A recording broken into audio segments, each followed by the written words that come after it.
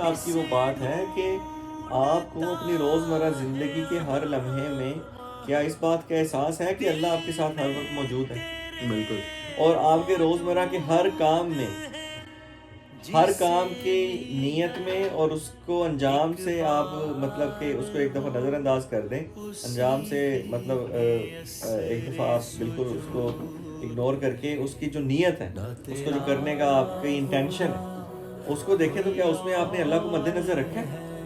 फ़र्ज़ करें जिस तरह मैं आपसे कोई बात ही कर रहा हूँ। मैं कह रहा हूँ कि यार कैसा मैं आने लगा हूँ आपके पास मिलते हैं हम। अब मुझे पता है कि यार मैं तो आधा घंटे तक पहुँच ही नहीं सकता कायस साहब के पास।